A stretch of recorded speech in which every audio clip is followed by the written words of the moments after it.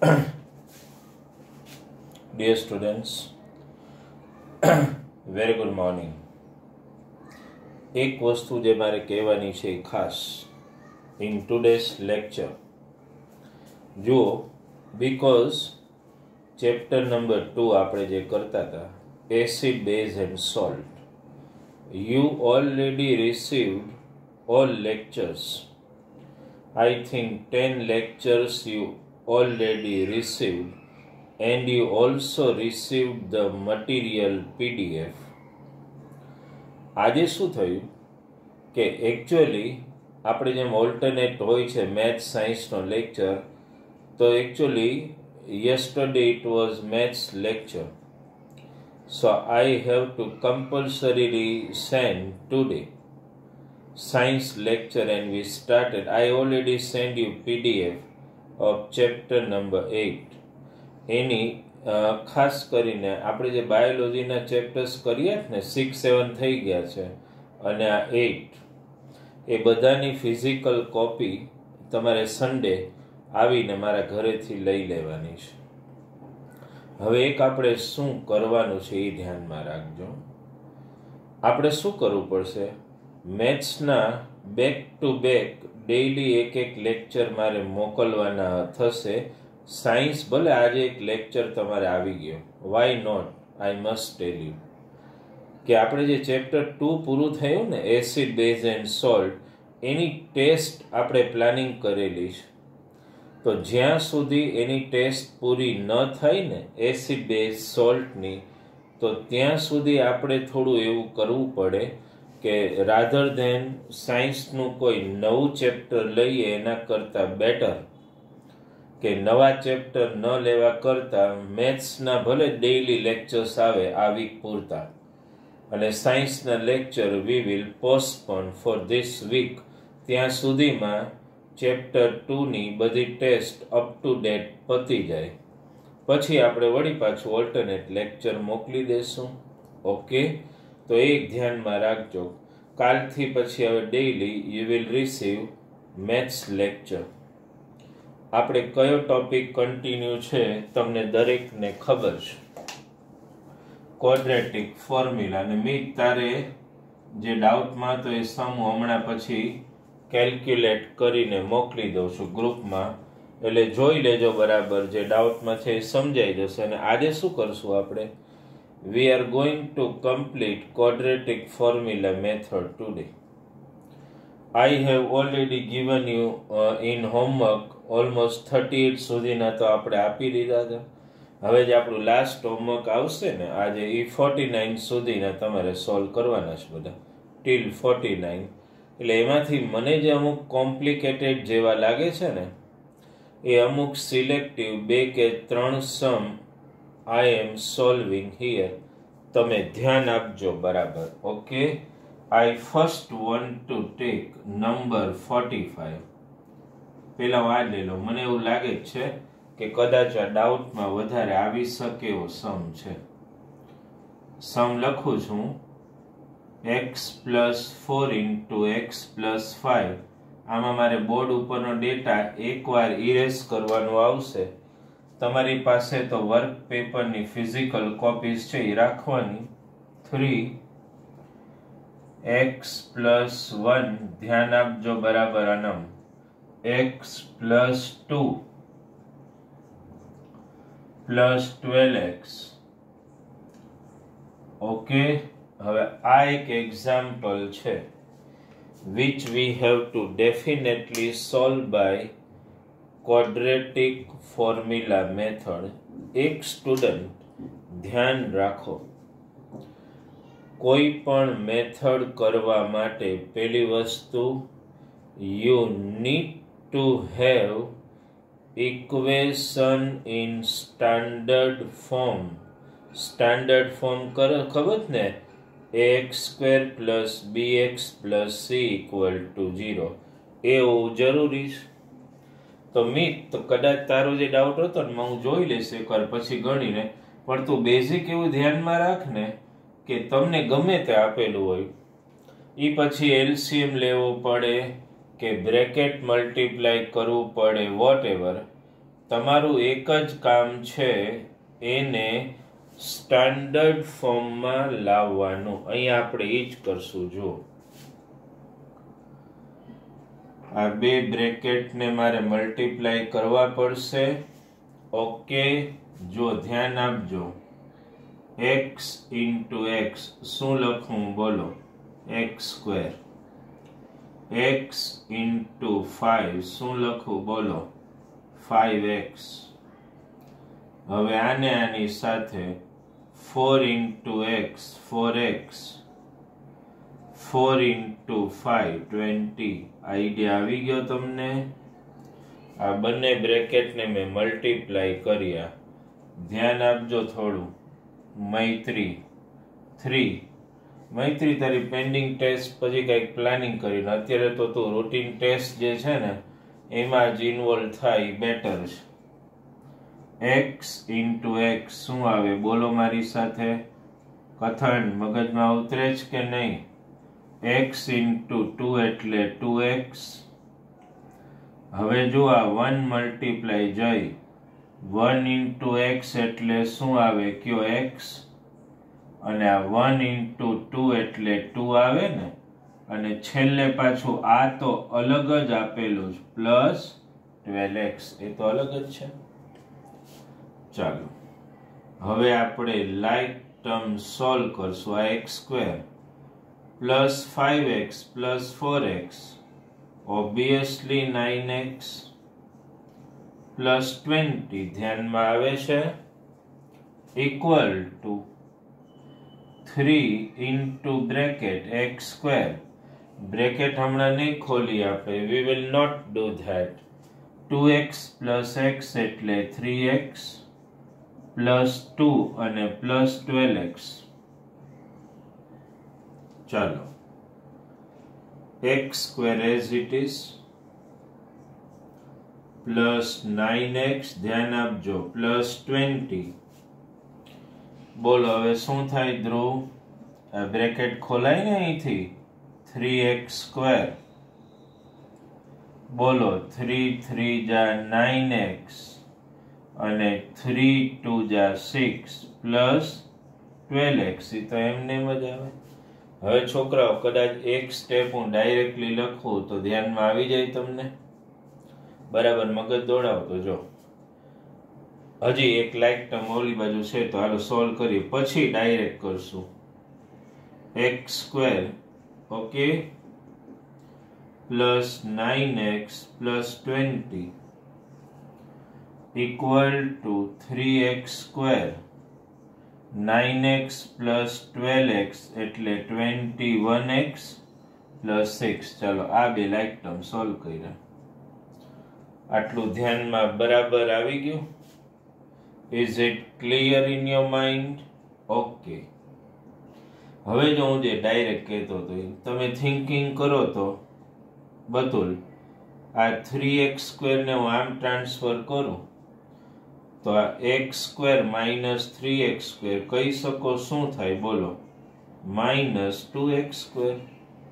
આમ ડાયરેક્ટ આ 9x 21x આ બાજુ ટ્રાન્સફર થાય તો 9x minus 21x minus 12x થાય કે નહીં?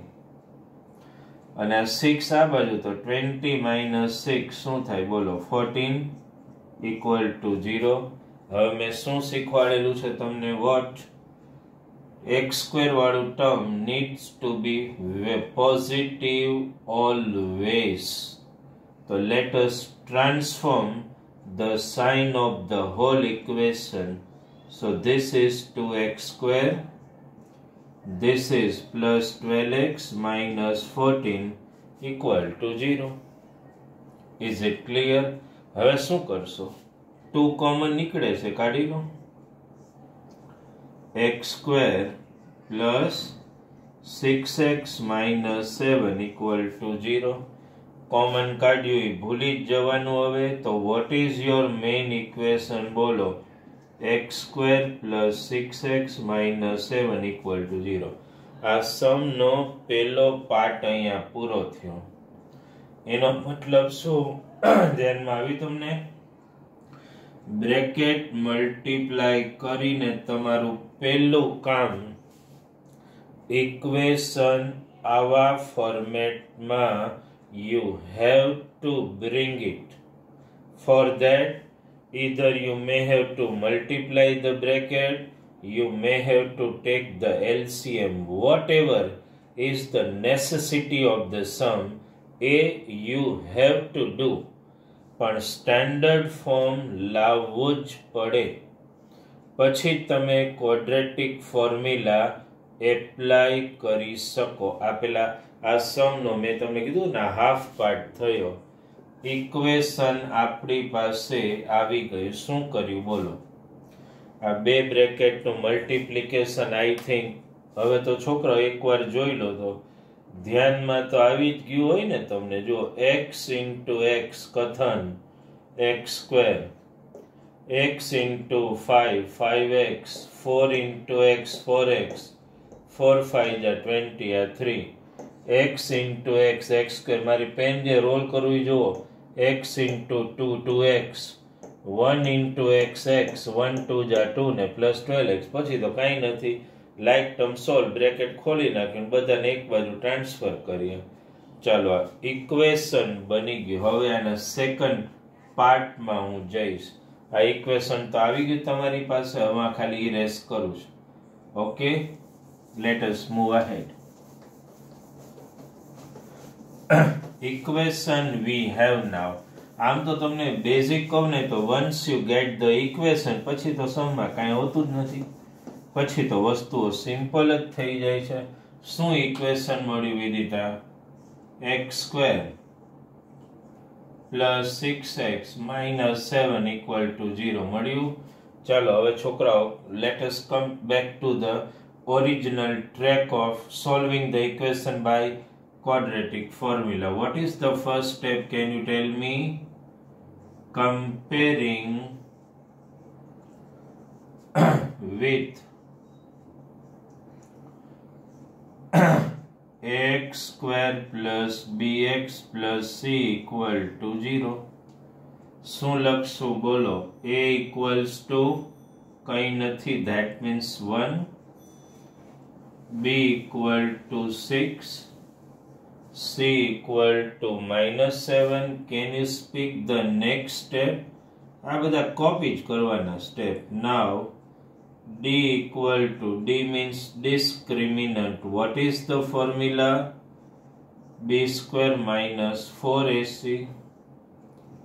6 square minus 4 into 1 into -7, 6 square 36 minus plus 28. Okay, 8 plus 6 14, 4 1 64. Next step શું લખશો Yashvi? d equal to 64 greater than 0. You understood? Therefore, what is your statement? Equation has, this is compulsory to write, 2 પછી શું લખશો બોલો? 2 distinct, આ લખવું પડે compulsory real roots, આ લખવાનું. Equation has 2 distinct real roots. Now dear student, alpha, બોલો alpha ની formula minus b plus, પ્રાર્થના યાદ આવે છે? under root d upon 2a. Just substitute the value -6 plus under root 8. આ તો તમે મારી સાથે મારી પહેલાય કરી શકો. Understood? શું થશે બોલ? સોરી, અહીંયા ક્યાં 864. So this is going to be -6 plus 8 upon 2. 2 upon 2. શું આવી જાય બોલો? 1. Is it clear in your mind? Let us go for beta. Beta ની formula ખબર ને? -b minus under root d upon 2a. Okay. substitute the values minus 6 minus under root 64 upon 2 into 1 minus 6 minus 8 upon 2 minus 14 upon 2. શું answer આવી ગયો? -7. બે roots મળી ગયા. Final statement is in your hand. The roots are 1 and -7. બે પાર્ટમાં આખો સમ. First part, that is to derive the complete standard format of the quadratic equation. And second part, just follow the quadratic formula method. એક વાર ખાલી જોઈ લો. Then I still want to target another example of same type. Okay? એક વાર ખાલી જોઈ લો તમે. Just have a look at the sum.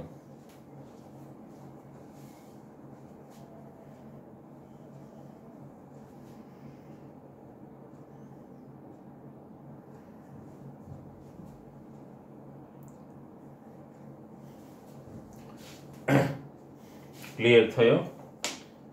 Okay, એ તો લેક્ચર્સ આપણા પબ્લિક વારંવાર કદાચ જોવું પડે તો જોવાનો પણ લેક્ચર.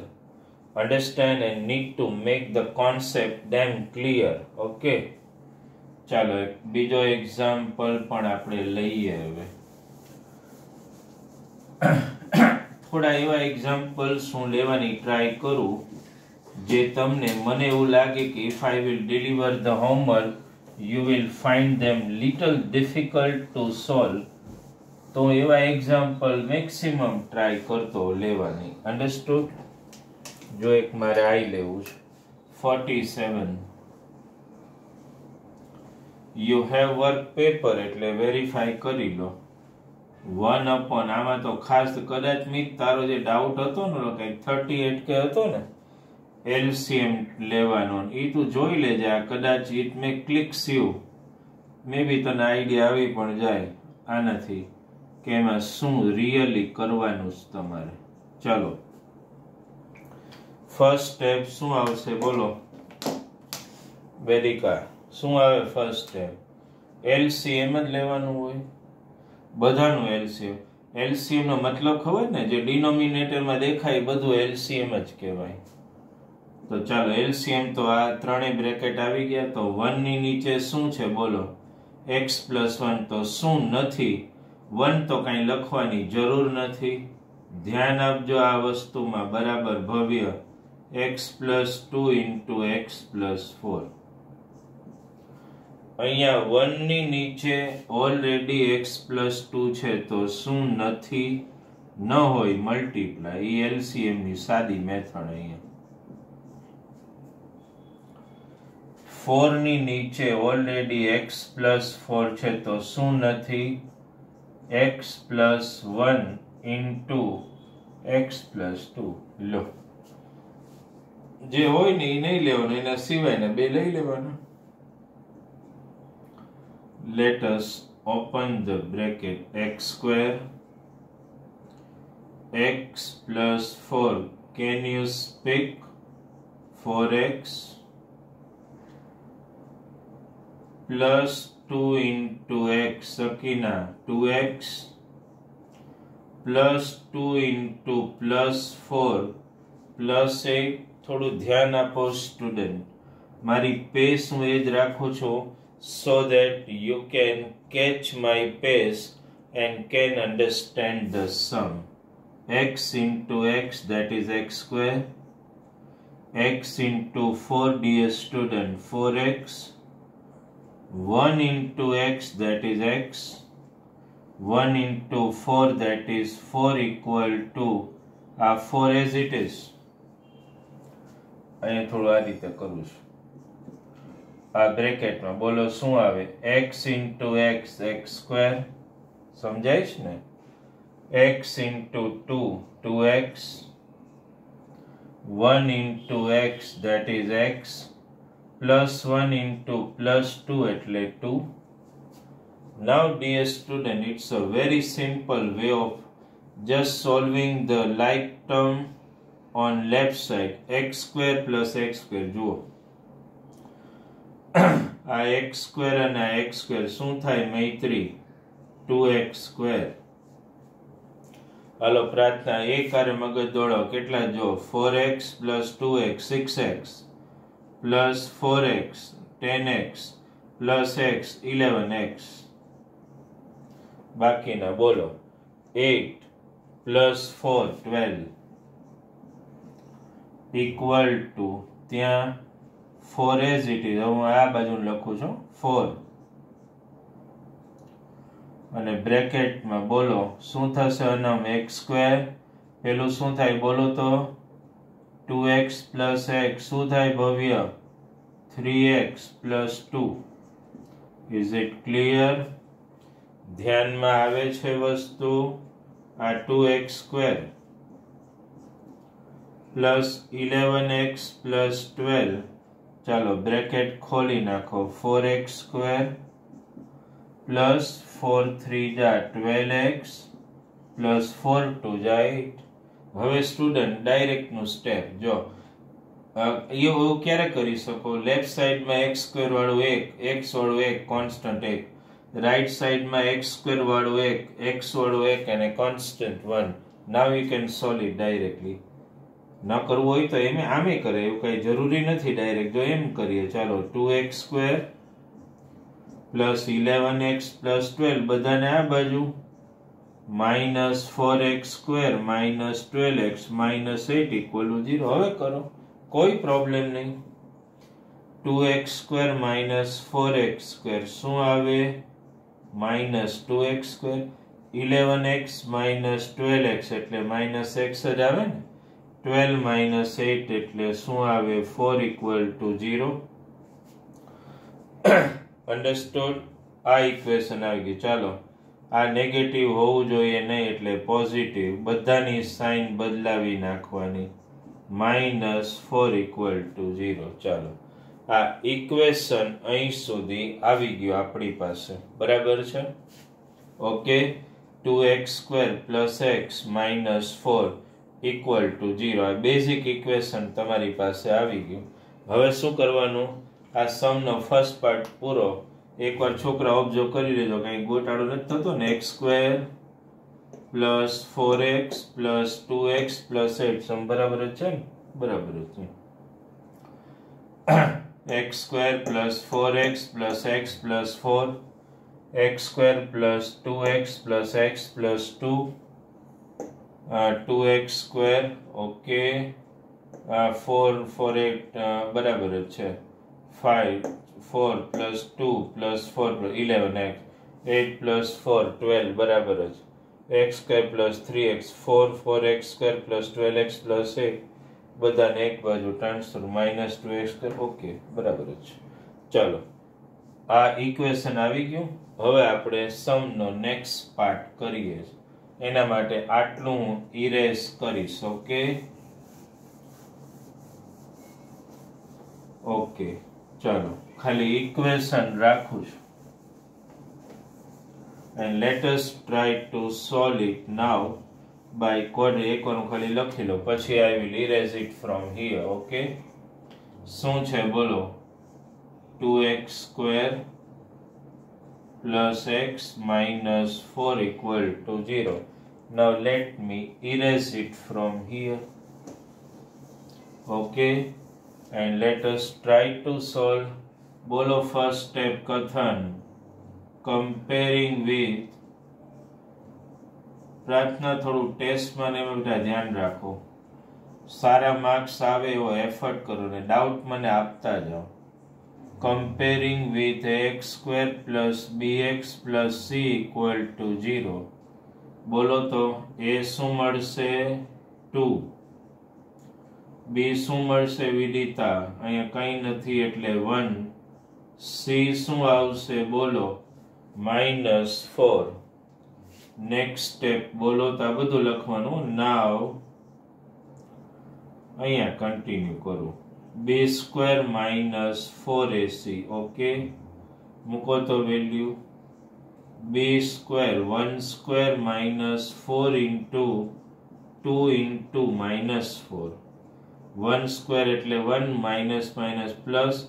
+4 4 જા 16 2 જા 32 33 શું આવ્યું બોલો? d equal to 33 greater than 0. શું લખશો? Therefore the equation has